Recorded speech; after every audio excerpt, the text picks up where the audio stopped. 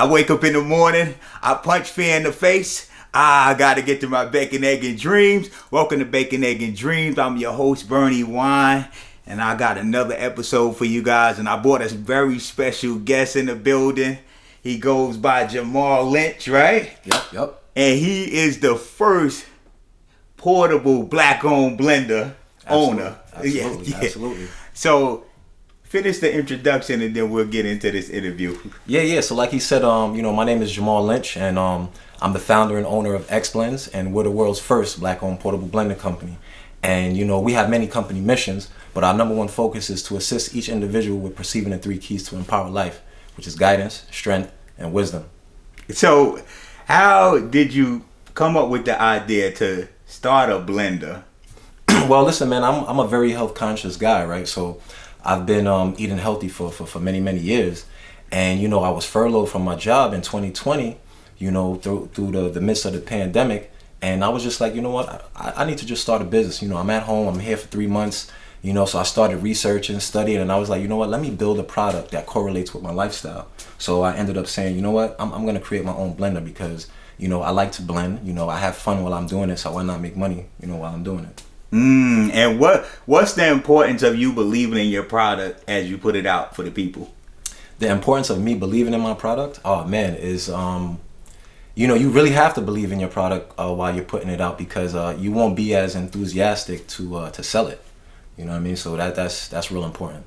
And what's the importance of, because obviously you're the owner and the founder of Xblendz, but you have a team behind you. What's the importance of having that team and support system behind you? The importance of having a team is, making sure that you're not doing everything yourself, because a lot of times as entrepreneurs and newly started companies, we're wearing many hats, you know what I'm saying? So we're trying to do everything all at once. But when you have a team, you could be at ease a little bit, and you could actually focus on the things that you're most successful at. And then, your team could focus on other things of the business so that you could fully grow it and expand it at the levels that you really want it to be. And I got to see you at a vending event, right? Right. What I noticed just following your page, you show up everywhere, and sometimes you may sell a lot, sometimes not so many. But Absolutely. What's the importance of showing up anyway? The importance of showing up is, just persistence, right? Because that supersedes everything in life. You know what I mean? So just because, I do an event and maybe I'll only sell one blender, that's not going to discourage me to just be like, all right, I can't do this, anymore. Because all it takes is that one time for you to just, break it and make it real big. You know what I mean? So persistence is, the most important thing to just keep showing up. And if success had ingredients, what would they be? Success, if it had ingredients, listen, man, I'm going to say motivation, right?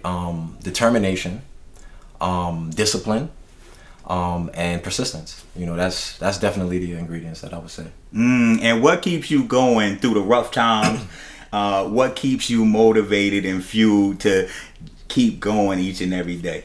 I'm gonna be honest with you, right? So I have this thing, right, between motivation and discipline, right? So for me, my philosophy is that, motivation has an expiration date, right? So it's very easy for us to get motivated, right?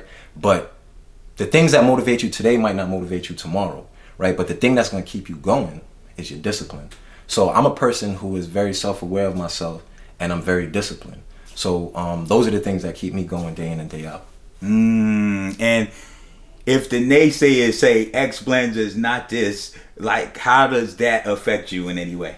Absolutely. I'm very optimistic, right? We live in a pessimistic world, so I'm very optimistic about everything, and I love negative and positive feedback, right? So if a person comes to me and says something like that, it'll actually make me go back and rethink certain things. You know what I'm saying? And say, okay, what can I do a little bit different? Because ultimately, when you're in business, I don't care, if they're 100 times wrong, the customers are always right. You know what I'm saying? Or anyone that's giving you feedback. So you got to be a person that knows how to accept criticism, in all forms and all aspects. You know what I'm saying? And and just piggyback off of that. And a lot of people talk about the action, but what's the importance of actually following through with the action?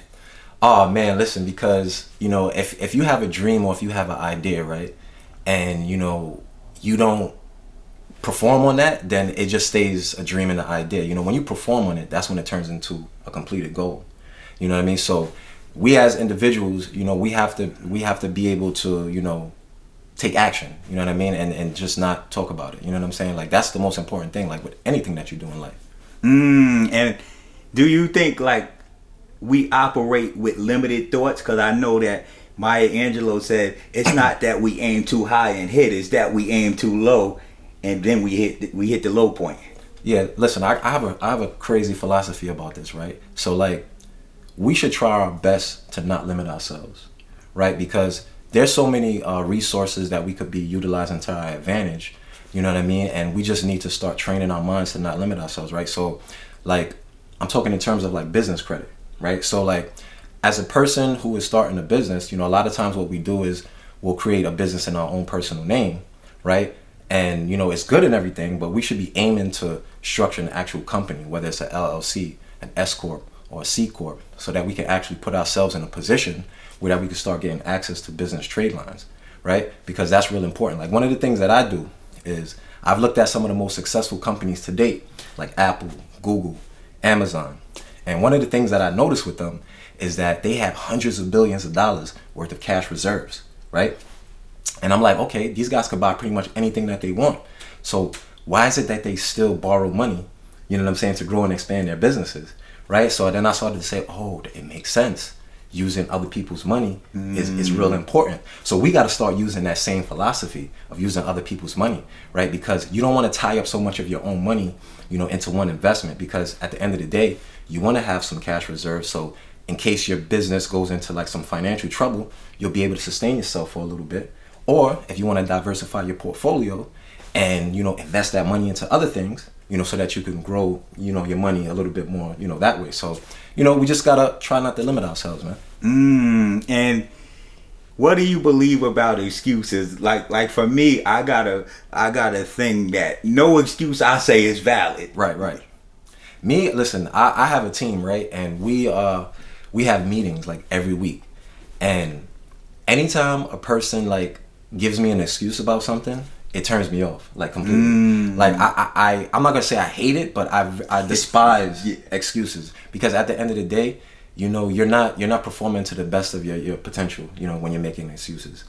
And even when you don't know the answer, talk about what it means to be resourceful in that time.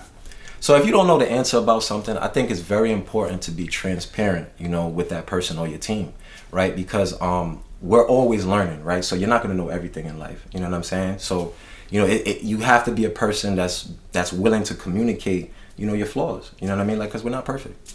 And what do you think, like, in your role, like, what makes you great at this Xblendz thing? Like, what traits and characteristics do you have that make you this guy?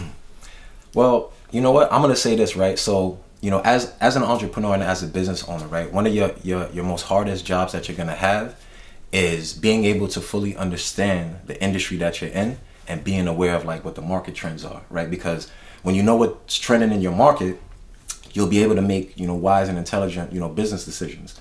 So, you know, like, one of the things that I've done, you know, in my company was that we analyzed, like, you know, all of the portable blender sales on a global level, right? And what we unfolded was that 75% of all portable blender sales globally are done online and 25% are done offline.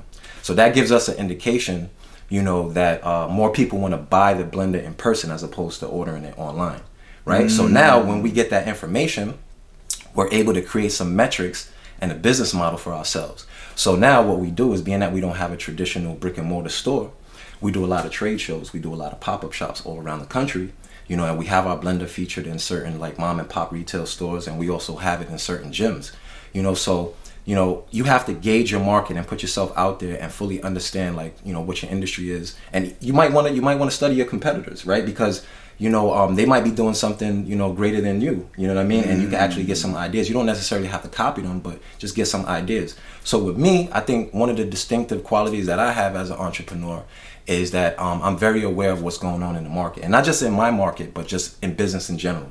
And I also realized that you collaborate? Because sometimes I see trainers or models, they got your Xblendz with the smoothie. What's the importance of that? So the importance of collaboration is, you want to get more eyes, on your product or your service or whatever it is that you're selling, right? And I'm all for promoting other businesses, especially minority and black-owned businesses, right? So the importance of doing that, it just shows that we can keep that unity. You know what I'm saying? And also, you can't do it by yourself. You know what I mean? Like, it's but so many times you could market yourself and, be the one in the video all the time. Like, you got to kind of, pass that responsibility on to others, like, you know what I'm saying, to fully grow and expand.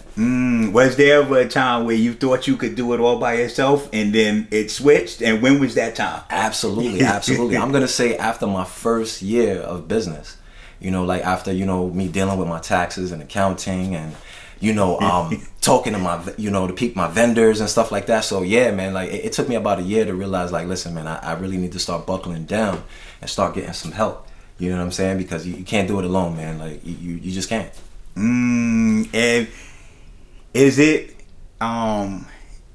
important that your blender, like, do you have a number that you try to get it seen by? Like, do you reach out to 20 people a day, or do you just whatever happens?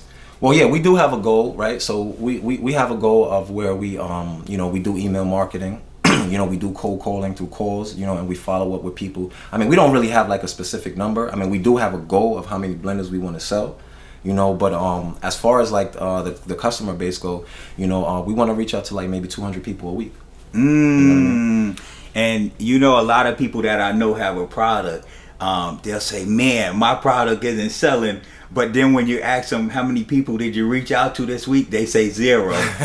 So how do you keep going when maybe you may get more no's than yeses?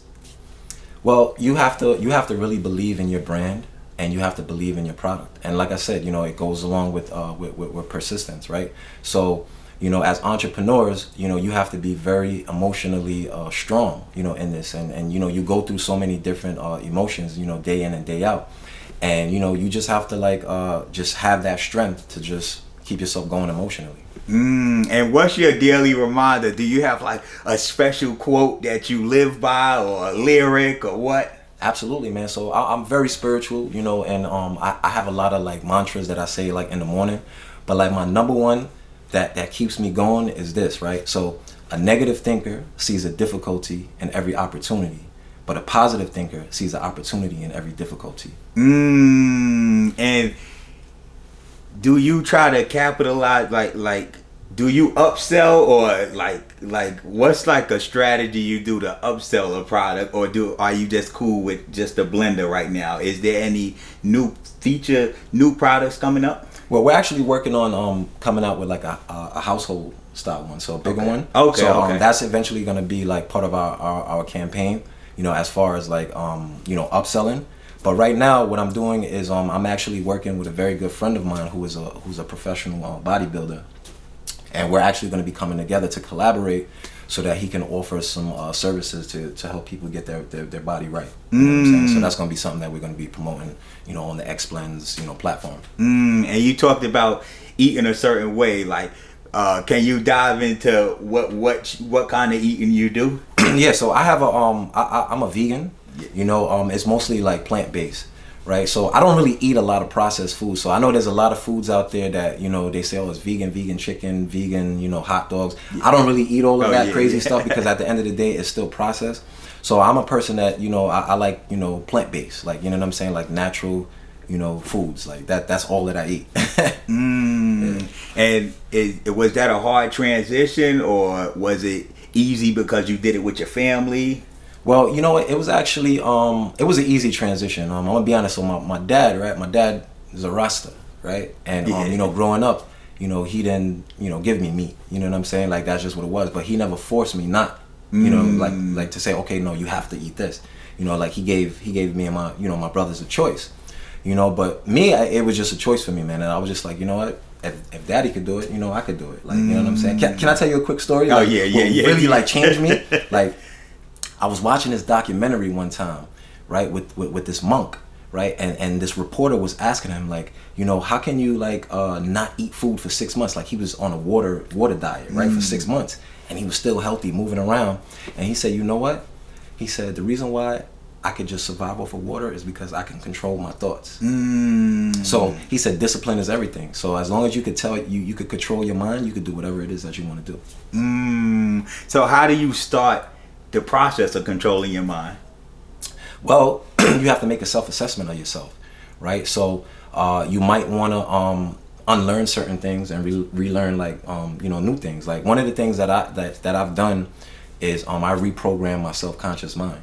You know what I'm saying? Because a lot of times, you know, us as individuals, you know, we program a lot of messages, you know, in our mind, and like, you know, we need to like, you know, deprogram certain things that we consume. So it's all about consumption. You know, once you start consuming things that are more positive, you know, that can shift your mind state and your self-conscious levels, you know, that's when you'll be able to like, you know, really make that transition. And are there any like books that changed your life? I got many of them, man. Like the first one, I'm gonna be honest, that really shifted my mindset was Rich Dad Poor Dad, by Robert Kiyosaki. The 10X Rule by Grant Cardone. The 22 Immutable Laws of Marketing. That changed my whole perception on how to market your brand. I even read Think and Grow Rich, you know, by Napoleon Hill, which is another great one. There's another book by Robert Kiyosaki called Before I Quit My Job. You know, so man, I got so many, man, that just shifted my mindset, man. Like seriously. And what does it mean? Did you ever read The Greatest Salesman in the World? Nah, I never read that okay. one. Yeah, check that one out. I'm gonna have to check that one out. That's a good one. So, where do you see your brand going? You know, 5 years from now and beyond. Well, I actually see my brand being global. You know, I definitely see it being global, and you know, the aspirations that I have is to have, you know, 500 employees or more to get to that big business level, and get to maybe a publicly traded company, you know, on the stock market. Because, you know, what you have to realize is on Wall Street right now, there's roughly about 3,000 publicly traded companies, right? And you know how many of them black owned?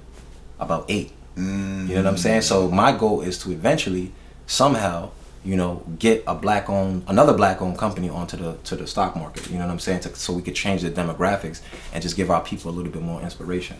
And you talked about taking a leap of faith off the camera, right? So this is what he does. He's an Xblendz guy, General. You know. So how important is having faith on your journey? Oh man, you have to have a lot of faith.